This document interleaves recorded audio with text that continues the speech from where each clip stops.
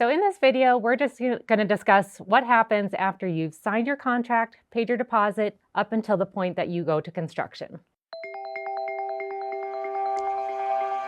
Hi, my name is Amber Boersma. I am the Design and Construction Admin Coordinator with Shasta Pools, and I have been working with Shasta for over 5 years.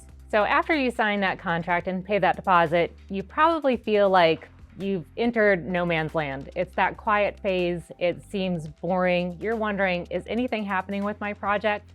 And I can assure you that things are happening. It's kind of like a duck on a pond. It seems very quiet, nothing's happening on the surface, but below the surface, their little feet are going like crazy. That's us, we're the feet.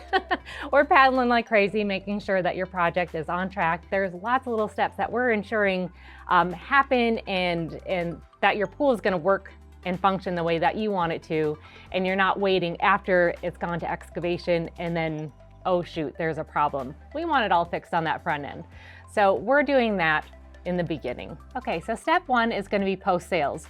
So this is the phase that you've signed your contract, you paid your deposit, and then the designer needs to fine-tune a few documents, maybe get signatures, things like that from your end. Ideally, this phase just takes about 1 to 2 days to turn in, but it can, like I said, it can prolong depending on what the client needs.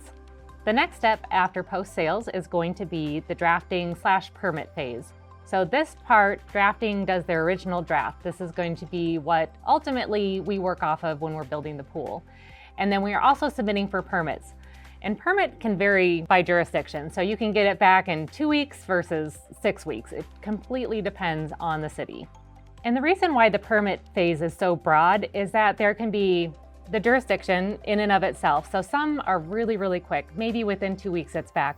Others just take a long time. It might be 6 weeks, 2 months, whatever. But there might be other things that are specific to the pool. So the scope of work, how big it is, grading and drainage can be a factor, setbacks and rules that maybe need to be taken into account to make sure that we are getting everything right and that they are going to approve it on their end. So step 3 is layout. Our layout tech will give you a call and schedule a time to meet with you on your property to physically lay out the pool. So they may do some spray painting and do some strings to show you exactly what the pool is going to look like in your yard. This can take about 5 business days to complete.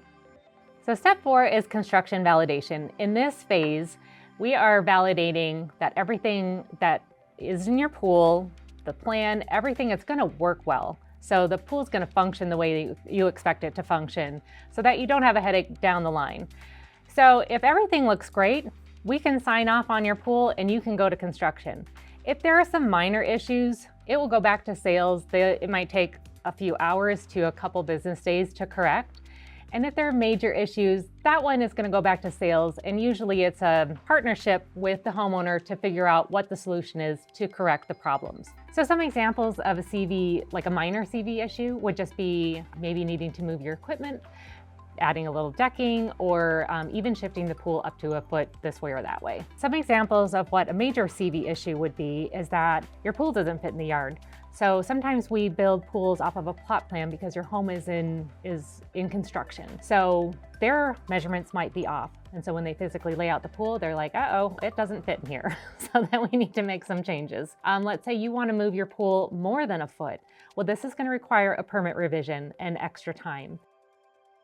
You may need to elevate the pool. The slope of your yard or drainage might not work, so they need to elevate it. So that's going to require some additional work. And these are just possibilities. It's not going to happen on all pools. It's not going to happen on most pools, but sometimes things happen. And we want to make sure that you're aware of that so that you understand that it might not be the 2 to 4 week pre-construction timeline that you're hoping for.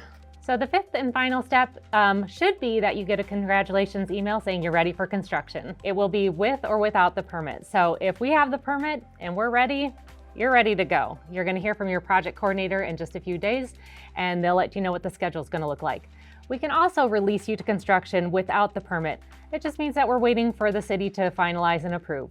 But otherwise, we're ready on our end. So as soon as we get that paper, you're ready to go.